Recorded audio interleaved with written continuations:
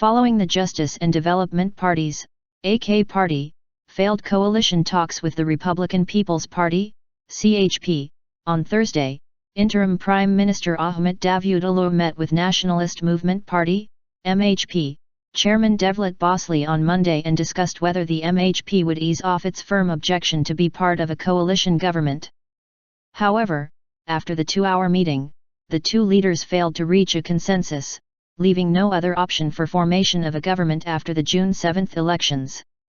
Speaking to the press after the meeting, Davutoğlu said Bahçeli repeated his conditions and said his party would not be part of a coalition, support a minority government or early elections if the AK party does not accept his party's four conditions.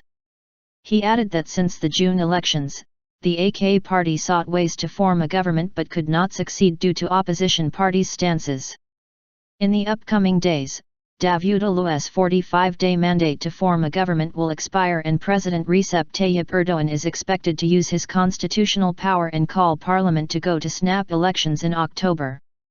Prior to talks with MHP chairman, Davutoğlu commented on Bahçeli's reluctance to form a coalition government and said, "If there is no potential to reach a consensus and establish a coalition, then a snap election is the only solution."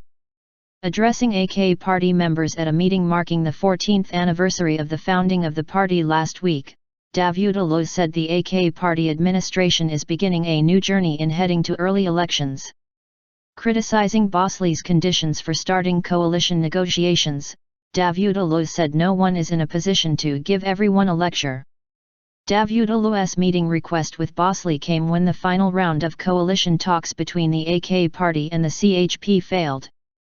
However, Bahçeli reiterated that he would not be part of any coalition negotiations unless the AK party accepts his conditions to completely end the reconciliation process with the PKK and for Davutoğlu to keep his distance from Erdoğan. Davutoğlu's AK party had been seeking a coalition partner after no party won a simple majority in the June 7 general elections, but the other parties in parliament failed to reach a consensus to form a coalition with or without the AK party. Bahçeli issued a written statement last week, calling for an immediate formation of a coalition government between the AK party and the CHP. These two parties should not avoid taking the huge responsibility that history has placed on them and should show their will and attention to form a government in line with national interests.